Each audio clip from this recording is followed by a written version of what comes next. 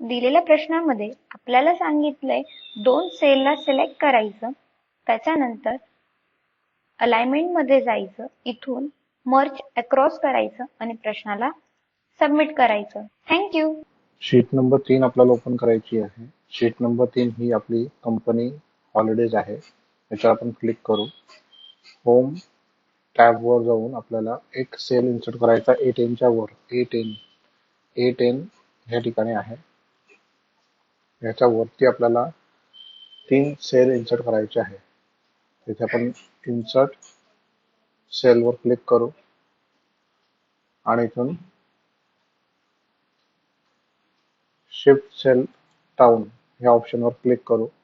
Okay करू आणि असं 3 वेळा करू आपण. Insert cell, shift cell down वर क्लिक करू, इन्सर्ट सेल,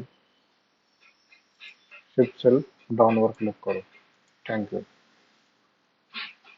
दिलेल्या प्रेझेंटेशन शीट मध्ये आपल्याला सांगितलं फाईल टॅब्स मध्ये जायचं, इन्फो वर क्लिक करायचं, शो ऑल प्रॉपर्टीज याच्यावर क्लिक करायचं, त्याच्यानंतर प्रश्नाला सबमिट करायचं. दिलेल्या प्रेझेंटेशन मध्ये आपल्याला सांगितलंय फाईल टॅब मध्ये जायचं, त्याच्यानंतर न्यू वर क्लिक करायचं.